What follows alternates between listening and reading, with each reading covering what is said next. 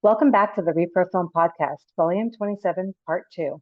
I'm Leela Meadow-Connor, co-founder of Repro Film, sitting in for Asha Daya, and I'm thrilled to welcome fat activist Allison Graham back to the podcast. In Part 2, Allison interviews Shoog McDaniel, a photographer and artist, and the subject of this month's Repro Film periodical selection, How to Carry Water. Shoog is a Southern, queer, non-binary, fat photographer and artist living in Tallahassee, Florida. Shoog's work is about highlighting bodies and lives that are often overlooked by popular society, photographing fat bodies, trans bodies, and queer bodies. Shoog strives to connect the viewer of each photo to beauty within themselves through understanding the brilliancy of diversity by showing them that there are many ways to be beautiful, the epitome of bodily autonomy in so many ways. A content warning: intentional weight loss and sexual violence are mentioned in this conversation. Please take care while listening. And now we'll dive right in as Allison asks Shoog about the genesis of How to Carry Water.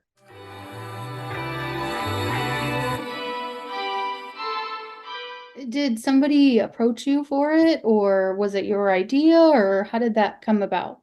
My friend Sasha Wartzel, who's the director, got an offer from this production company called Multitude Films. They were going to produce 4 short films highlighting queer futures. And they asked Sasha, hey, do you have any ideas? We want to make some positive leaning queer fronted films. And so Sasha immediately thought of me because we had talked a lot about maybe doing something together one day. And so she approached me and we started talking, and that's kind of how it bloomed. We basically just combined a lot of the imagery and stuff that I use on a daily basis in the work that I do as a photographer in Florida. And we kind of made it into somewhat of like a story or it's just like very ethereal. Just gives the vibes of fat liberation. So you're used to photographing fat bodies, trans bodies, queer bodies, marginalized bodies in general. What does it mean to you to be on the other end of the camera for this kind of film, this kind of art? It feels really weird.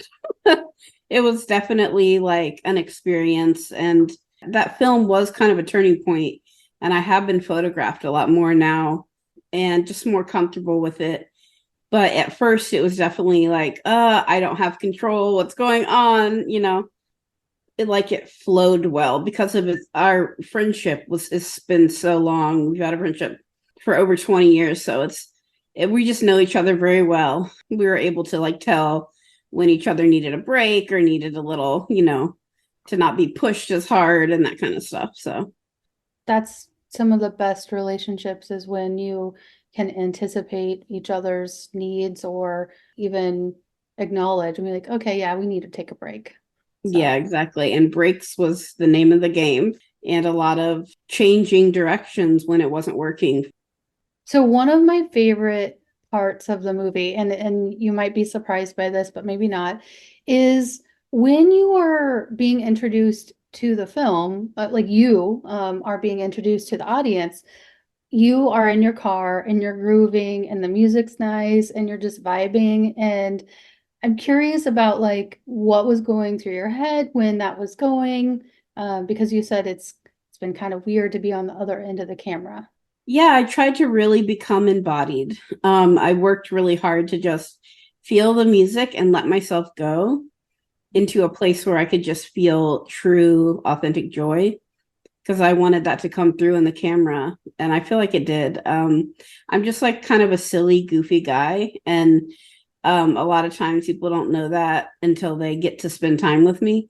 So I wanted to like make sure people kind of just had a little sense of my personality. And some confidence too. Yeah. And I feel weird a little bit about talking about confidence and fatness, because it's not like, oh, you're so confident. It was just like, yeah, I am who I am and I like it and I'm grooving. Exactly. Yeah. I don't take any offense about the confidence thing because it's really a big struggle to get to that place. And I have had a very long journey that is still, you know, I'm still on. Nobody really ends the journey, I would say. I think it's always up and down. And in that moment, it felt good because we were making art, and making art is really my confidence place. I do it every day, all the time, and I feel really good at it. So, yeah. I think that healing is that statement about healing is accurate because like the Buddhists say, never achieve, simply continue. And that's what that healing looks like. Yeah, there's not really an end goal. Just like we'll always be working to be better people for our whole lives. What I really took from the movie was these were really important places to you. It looks like this is where you shoot a lot of your work. You're very comfortable with that area. So, some of that is in your home, maybe in your car. And it very much gave off the vibes of like, this is a cherished space. So what was it like to have a peek inside some of these intimate places on film in this way? There was some vulnerability that came with it because one of the places specifically in the film where everyone's in the red bathing suits is a place that is kind of off the beaten path. It's kind of back in the woods. It's adjacent to a park, but it's not where everyone usually goes. There's like a spring on one side, and then you walk back up into the woods, and then there's this little spot that you can go get in the water in a tiny little spring. It's called Mermaid Spring, and it's really, it's just a special place. And it always feels very reverent to me there. And I felt, vulnerable having all these people out there with cameras, and just the documentation piece of it felt like exposing in a way of this like very sacred space. But I'm continuously understanding that people need to understand me and to understand my work. You need to understand where I live and why I'm so attached to it. And in Florida in general, right now, there's so much Florida hate because of the political climate here, when in reality, the people and the animals and the plants are what really keeps me here. And I wanted that place to be able to be shown. It was shot in my yard a lot, and that was also vulnerable. But in a way, it's just like, I want people to be let in, I want people to be able to access joy like that themselves. And so in order to do that, I have to share it. I like that. And I think there's something to be said about living in a state that is almost like a political landmine for marginalized bodies. I think, we're in Kansas and we're talking about reproductive justice in line with fatness. And so I can definitely empathize with that. You just talked about the red swimsuits. I'm not sure if this is in the same space, but I'm curious if you designed, posed the subjects when they were in the scene of almost like just above the water. So like their heads were kind of peeking out, and then they have these cool flower type things. Yeah, they're crowns. That was an idea that Sasha and I definitely were thinking about together.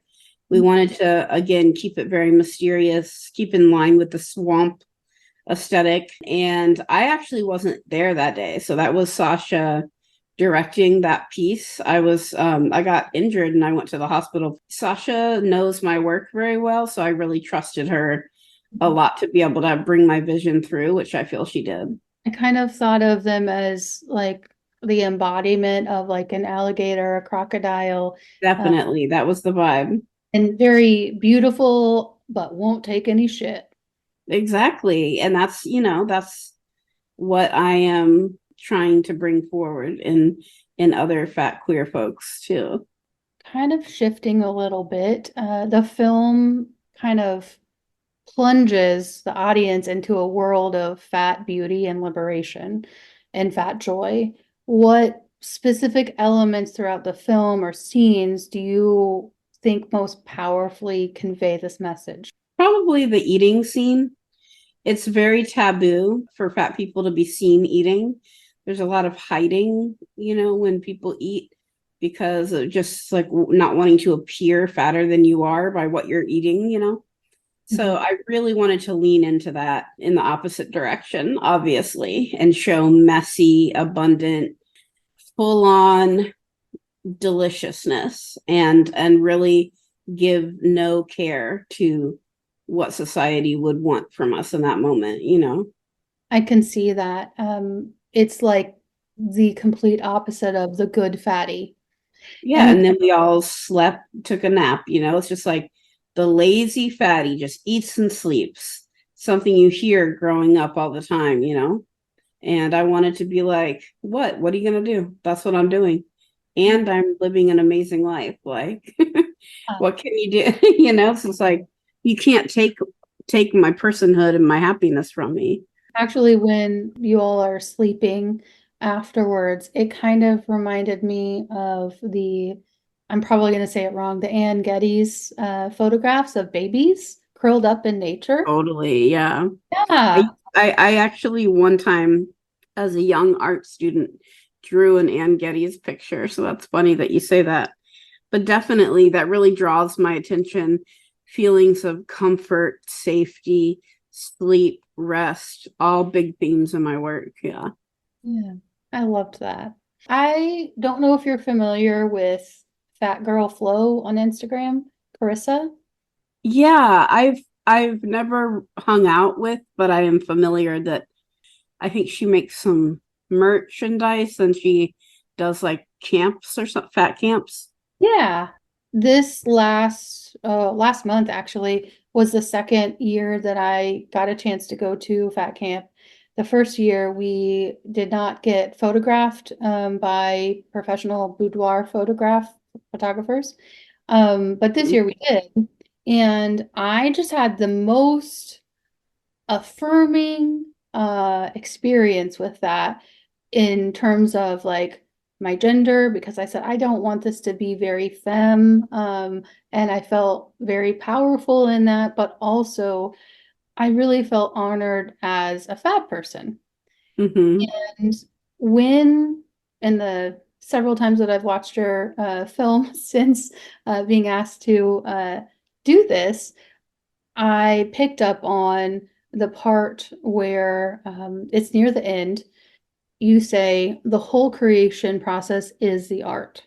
These kinds Mhm. of spaces are rare for us, but they're what we need to heal, to create more fat art and to create more fat love. I thought that was a very powerful thing to say. The whole creation process is the art. So, can you help our audience understand what fat bodies need to heal from? I mean, if you step outside, you open up your phone, anything, I mean, there's ads for, you know, Ozempic everywhere.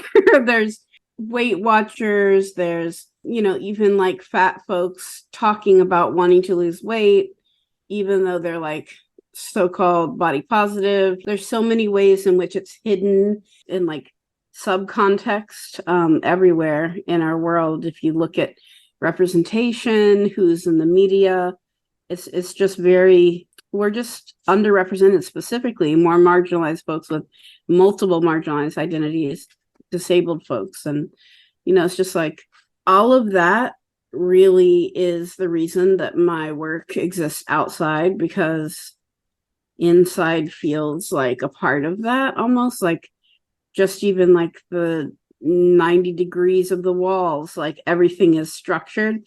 Outside feels a lot more fat and queer to me, because you can look around and see succulents, specifically in Florida. There's a lot of succulent plants. There's, you know, strange species and beautiful flowers. And it just feels a lot to me that I want to take people out of the context of the societal norms, you know, and put them in a place where they can be held and loved and really witnessed by nature, which I feel is the most beautiful witness and the most affirming place. Healing from a lifetime of learning, of unlearning. I'm healing from my parents telling me, you know, what to eat, you know, who to be, like how much I need to exercise. Like these are all things we're healing from, you know, rejection, a lot of rejection and bullies. There's, yeah, it's the list goes on and on. Yeah, I feel like we could talk about this specific question for a good hour. What I hear you saying about nature is that it's a wonderful witness, it's healing, I think also your work speaks to that we don't see a lot of positive representation of fat people in nature. I think of people exercising to make themselves smaller, or people commenting on like their abilities and, well, you shouldn't do that. You should wait until you're smaller. Thinking about like boating, like kayaking. I really like that nature is your setting because it is challenging that idea of that only certain bodies are allowed in nature, especially when you're working with gender non-conforming people, non-binary people, trans folks, queer folks. So I really like that. Yeah, I think it's so important to push past what you think you are allowed to do and go towards what you want to do. And that's challenged, of course, by, elements of fear and elements of real danger, in some places. I think there's ways to be in communion with nature and also be safer about it. I think that it's ultimately very, very important to everyone's mental health, honestly. Something that I just thought of that's not on my question list is at one point in the movie, you talk about living alone, but you're never lonely. So what does your community look like in terms of showing up for you as a fat, queer person? My community it's just so vast. I have so many people in my life, and I'm so grateful for it. And it means that a lot of people come travel to me. I also travel to do work sometimes, but I'm actually trying to start a art residency at where I live. And that means that a lot of different artists, a lot of fat artists come here to create art with me. I have this beautiful resource of freshwater springs all around me. And I specifically bought this property before that. And I can create with people there. Community here is my neighbors, honestly. A lot of my neighbors I've become friends with. I have fat neighbors, marginalized neighbors. Then I have all the friends who visit me from Gainesville, which is a nearby town. So I have multiple friends there. And then I have out-of-town friends who come. And that probably happens at least twice a month that I'll have people at the residency. Yeah, I'm very blessed with people to support me and hold me when I need it. And when I ask for help, I'm not worried that I won't get it, It's just very lucky. You say that you're very lucky. What I hear you saying is that you're also investing back into the community by creating this residency. I mean, it's everything to me. I was really a sad kid growing up. I didn't have many friends and I was in and out of the psych ward. But when I started understanding what it meant to like have a real friend, it was life-changing for me. Now friendships are my lifeline. I don't have a partner. Thank you for sharing that. Yeah. So when I think about the link between reproductive justice and fat bodies, I think about autonomy over our bodies and our health and our own liberation. How do you configure reproductive justice within the world of fatness?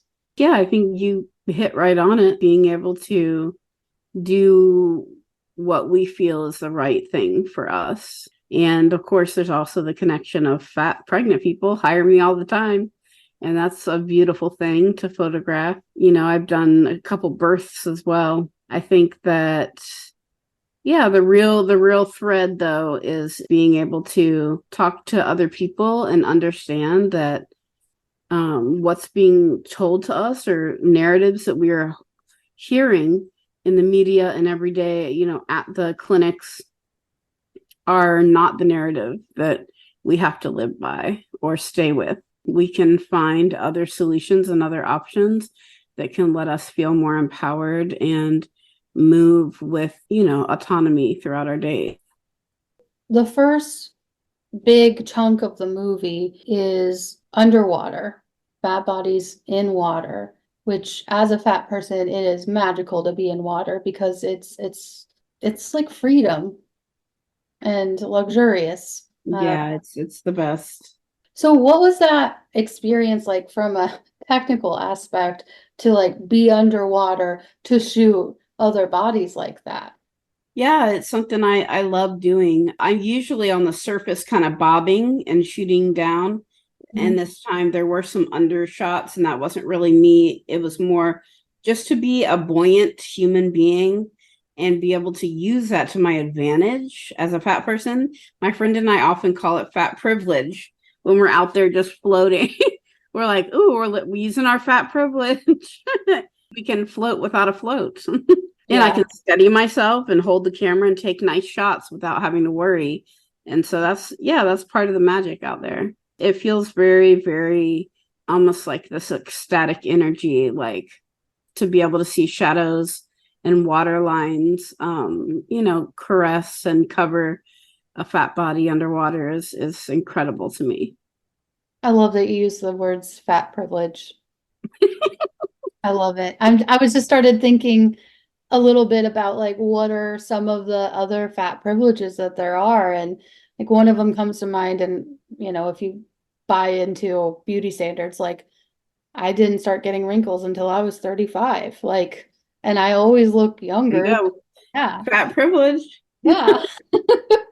My friend and I talk about how it's a fat privilege to go somewhere and everyone clears out because they're scared of fatness. We're like, whoo, we're the only ones here. Yeah. People are scared. They're like, think it's going to rub off on them or something. Another one is fat privilege is the customer of size seat policy at Southwest. Fat privilege. Yeah. Yes, there are some out there. We like to make sure we embrace them. Yes, we gotta find the joys with some of the systemic barriers. Exactly. What future projects or plans do you have to kind of continue the themes that were in this film, or maybe even branch off into a different direction? Right now, what I'm really into is taking these dolls that are handmade by this artist friend of mine who lives in Turkey, and they send me these dolls, and I can ask for them to be fat and trans, and they're these little naked dolls, and I bring them with me to the springs, and I kind of put them underwater and film them, and I watch the fish become curious about them and swim around them. And I also create these narratives around the springs and saving the springs. They've really been making me feel hopeful, because a lot of times it's easy to feel hopeless out here when things are changing at such a rapid rate in Florida and the environmental protections are disappearing. So yeah, to be able to use little dolls to help me tell stories feels really powerful to me, even though it's a simple and just kind of cute thing. I also really want to work with people more. I think COVID really shifted. I used to be on a trajectory to do more and more bigger shoots with more and more fat folks. But again, that just feels like that pathway is kind of shut right now, or could be forever, But I think that there are ways to get around it. And I do still really want to create sculptural works with fat bodies. So that's something I've done a few. I have a piece out called Fatty Mountain or something like that. And then I have a fat tree that I use people for too. So things like that really make me happy. Yeah. My last question is, what message or feeling do you hope audiences will take away after watching How to Carry Water? How beautiful fatness is, and how reverent it is, and how important it is, and how alive we are when everything in the media and everything coming out of your parents' mouths is telling you the opposite. Like it's all internalized hatred around European body standards that has been passed down and reinforced over and over again. And I want people to see the movie and not be able to see a difference between the beautiful spring water and the beautiful belly. I want it to be one and the same. I want people to understand those bodies covered in in flowers and fruits and vegetables as delicious and sexy, as full beings that are not void somehow. Do you have anything else that you want to share with our audience that's going to be watching this? I'm really happy y'all got a chance to watch it, and I hope you'll take from it to go out and, make your life more liberated from fat phobia, and embrace people in a way where you can see them as a full person, and not only that, but a full, beautiful person. Thank you so much for taking time to speak with us and be vulnerable and sharing some of these insights with us. Yeah, of course. Thank you so much for all your questions. It was wonderful. Once again, deep gratitude to Allison Graham and Shoog McDaniel for joining us for this month's podcast. You can watch How to Carry Water right now at reprofilm.org and learn more about Shoog at shoogmcdaniel.com. Be sure to share this podcast episode with a friend and help us spread the ReproFilm mission, which is all about centering bodily autonomy through storytelling, film, and conversation. The ReproFilm podcast is executive produced by Mama Film, hosted and produced by Asha Daya, edited by Kylie Brown, with original music by Paris Jane and Maris Anthony. The Periodical is programmed by Neha Aziz and written by Emily Christensen.